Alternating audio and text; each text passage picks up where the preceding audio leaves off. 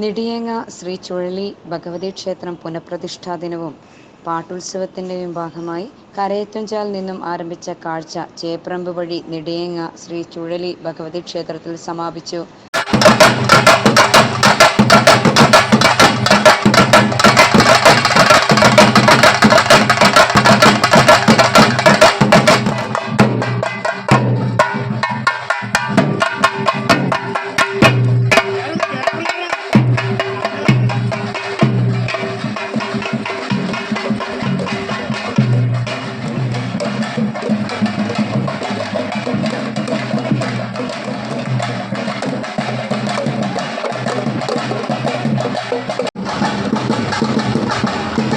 കരയത്തുംചാൽ പള്ളത്ത് കുടുംബത്തിൻ്റെ വകയുള്ള കാഴ്ചയാണ് നാട്ടുകാരുടെ സഹകരണത്തോടെ നടന്നത്.